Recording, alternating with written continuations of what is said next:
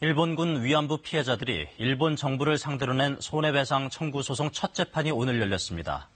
일본 정부가 소장 접수마저 거부하면서 소송을 낸 지 3년 가까이 지나서야 재판이 시작됐습니다. 자세한 내용을 김채린 기자가 보도합니다. 일본군 위안부 피해자 10명과 피해자 유족 등 20명이 일본 정부를 상대로 손해배상 청구 소송을 낸 건 2016년 12월. 피해자들은 일본 정부가 위안소에서 성노예 생활을 강요해 정신적, 육체적 고통을 입었다며 모두 30억 원을 물어내야 한다고 요구했습니다. 소송은 시작부터 난관에 부딪혔습니다. 일본 정부가 주권 침해를 주장하며 헤이그 송달 협약을 근거로 소장을 잇따라 반송한 겁니다.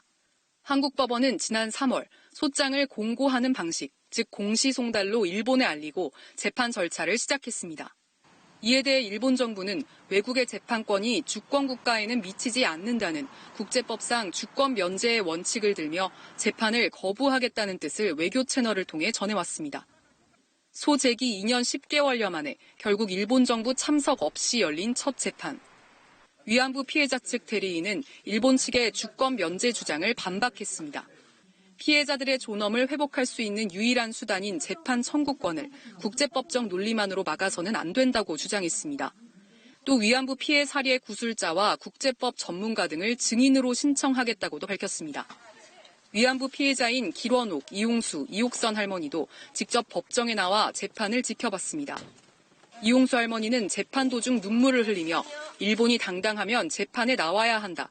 저희 좀 살려달라고 재판부에 호소했습니다. 재판부는 내년 2월에 두 번째 재판을 열기로 했습니다.